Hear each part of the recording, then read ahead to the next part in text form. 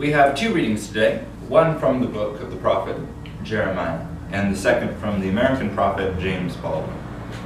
From Jeremiah. Jeremiah received the Lord's word when Babylon's king Nebuchadnezzar and his army, and all the countries and people he ruled, were attacking Jerusalem and all its towns. The Lord, the God of Israel, proclaims, "Go and speak to Judah's king Zedekiah, and say to him, the Lord proclaims, I am handing the city over to the king of Babylon, and he will burn it down.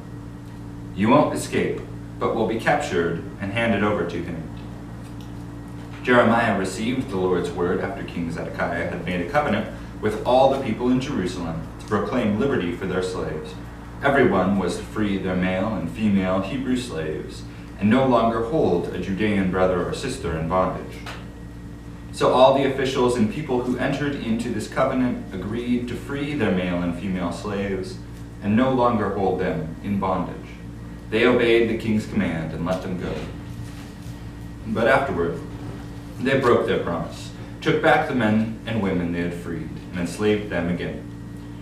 Then the Lord's word came to Jeremiah. The Lord, the God of Israel, proclaims, I made a covenant with your ancestors when I brought them out of the land of Egypt, out of the house of slavery. I said that every 7th year, each of you must free any Hebrews who have been sold to you. And after they have served you for 6 years, you must set them free. But your ancestors didn't obey or pay attention to me. Recently you turned about and did what was right in my sight. Each of you proclaimed liberty for the other and made a covenant before me in the temple that bears my name. But then you went back on your word and made my name impure. Each of you reclaimed the men and women you had set free and forced them to be your slaves again. Therefore the Lord proclaims, since you have defied me by not setting your fellow citizens free, I'm setting you free, declares the Lord, free to die by the sword, disease, and famine. And I will make you an object of horror for all nations on earth. I'm about to issue orders, declares the Lord, that the army of Babylon return to this city. They will wage war against it, capture it, and burn it down along with other Judean cities. I will make Judah a wasteland without inhabitants. The reading from James Baldwin. This innocent country set you down in a ghetto, in which, in fact, it intended that you should perish. You were born into a society which spelled out with brutal clarity and in as many ways as possible that you were a worthless human being. You were not expected to aspire to excellence. You were expected to make peace with mediocrity. I'm fascinated by our reading from the Hebrew Bible. Isn't it amazing? I mean, first, you never hear it. For me, this is the first time I've even read it.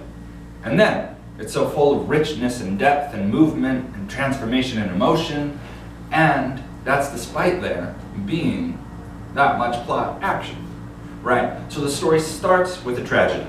You've got Jerusalem, the socio-political, religious center of life of the whole nation, but you've got a problem. There's these pesky Babylonians who decide the next hip thing to do is build this gigantic empire where they go for, guess what? World domination. A little cliche, don't you think? And so, they look at this tiny nation over there, named Judah, and they say, dang Judah, look at that southern kingdom. You know what would go well on this beautiful, oh so strategically placed strip of land? My armies. And, while we're at it, my empire. And so, Babylon swoops into Judah and annihilates most of her towns, and then prepares itself for the motherlode, the capital, the symbolic seat of power for the entire, rather small, kingdom.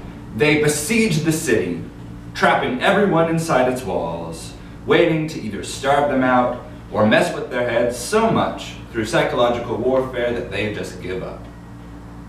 And that is where our passage begins. God speaks to the prophet Jeremiah right in the middle of this attack. And God says, go to the king, the guy named Zedekiah, and tell him, you guys are screwed. Now, of course, we're wondering why God would abandon God's special city. I mean, hey, this is God's city, isn't it? God has a throne in the temple. What's up with that?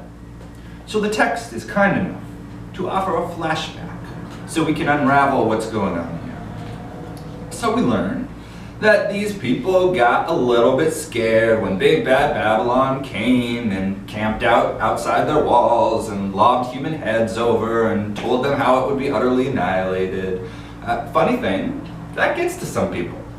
And so they decided to free all their Hebrew slaves. Well, this is all fine and dandy, and so God apparently makes the Babylonians go away. They lift the siege and stop terrorizing Jerusalem. Perfect. Worked just like it was supposed to. So, everyone takes their slaves back and life goes back to normal.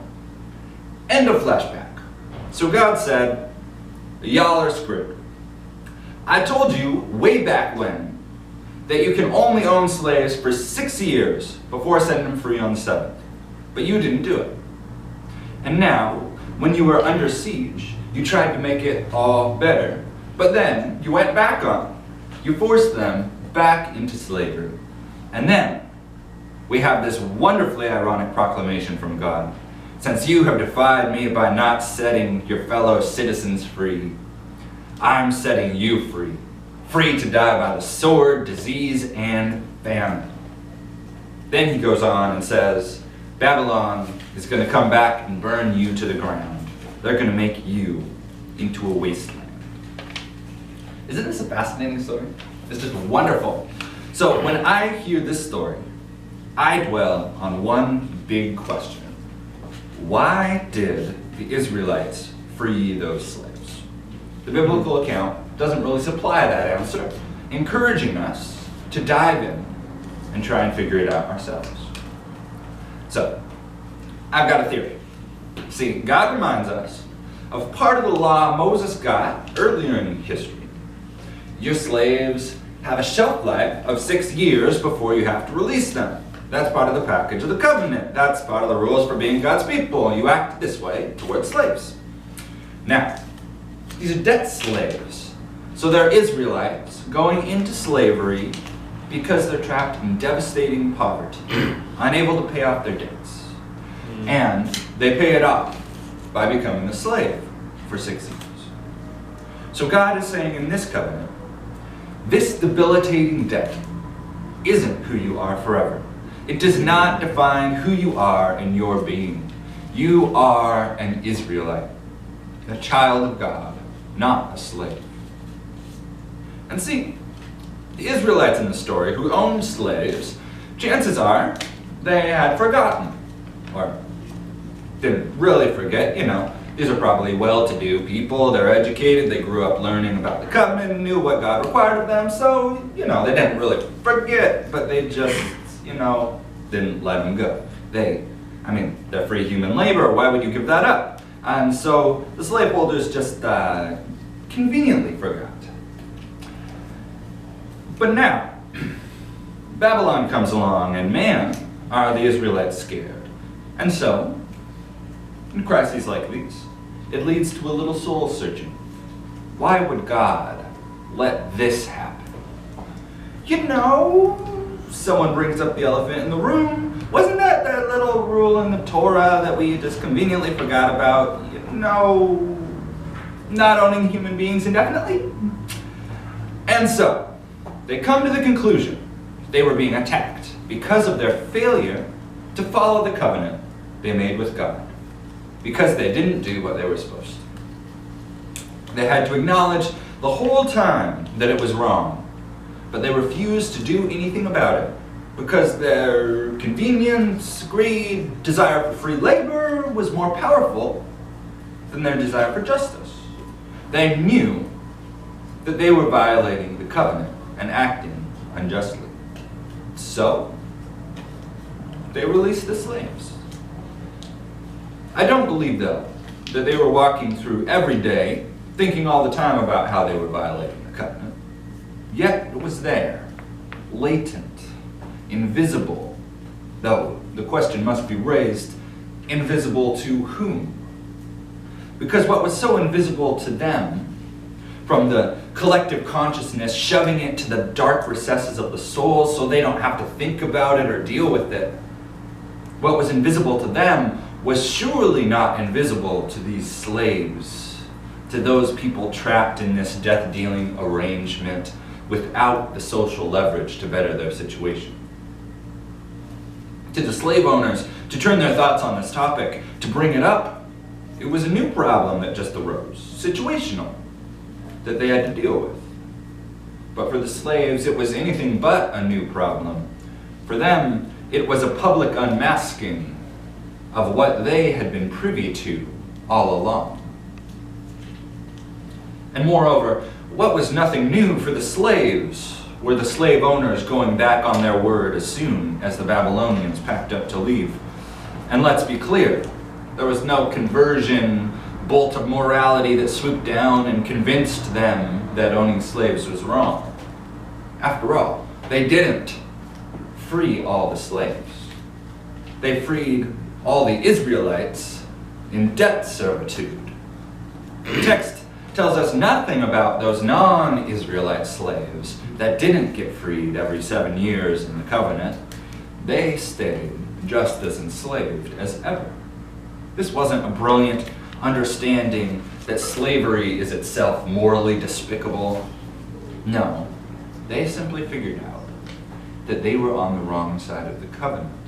This was a shrewd, calculating move with surgical precision because they identified their one problem and fixed it. And isn't that how we are today too? And by we, I mean us white folks, us who have historically had and continue to have racial societal power. But ain't that just like us? Like the enslaving Israelites, we white Americans only pay attention to the continuations of slavery, to the moral problems inherent within it that we continue to act out. We only pay attention when it flares up. I mean, our utter lack of attention unless it jumps up and bites us in the face. And then we only pay attention until that immediate crisis is averted. We act exactly like the Israelites here. We make a shrewd calculation. Exactly what minor concession do we give to diffuse the boiling over of racial pain? And then we just repeal it. I mean, look at the legislation passed in the Civil Rights era. As much as we pride ourselves now on how great that period of our history is, the only reason that black folks got legislation that moved them a few steps closer to equality in the eyes of the state was because they dragged it out of us kicking and screaming. King said it best. History is the long and tragic story of the fact that privileged groups seldom give up their privileges voluntarily. And then now, the Supreme Court has gutted the Civil Rights Act because apparently the South doesn't have any more racism.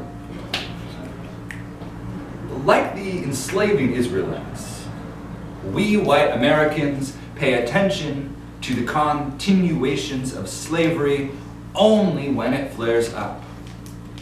Poet and prophet James Baldwin puts it poetically when he says, "One day, to everyone's astonishment, someone drops a match in a powder keg and everything blows up." That's what we saw in Ferguson. When you shove a people to the ground and kick them over and over and over, you're packing that gunpowder into that keg until one day that match drops. And it's never quite the same again. Only when Ferguson exploded did we get to a place that we had to look in the mirror and assess ourselves. Only then did we see, just as Israel breached their covenant with God, clinging desperately onto their slaves, we too have breached our ethical covenant to love our neighbors as ourselves. We too cling on to the systems of slavery that we still can't let go. But hear the good news. God is on the side of justice. In the passage, the consequences for injustice, for slavery, our death and displacement. God is nothing if not serious here. And hear the good news. God is at work with or without church. Praise be to God that God is not tied to us as the church, acting and getting our act together. God is already at work in the world through queer, tattooed, pants-sagging, cussing young black folks in Ferguson who don't give a shit about your respectability politics. God is at work through community organizers who get arrested for the sake of saving black lives. God is at work through those strict voices who insist we sever the bonds that keep our brothers, sisters, and family enslaved. God is at work when we acknowledge that we must change the systems that we benefit from, that we know are wrong, but we can't cut the ties of.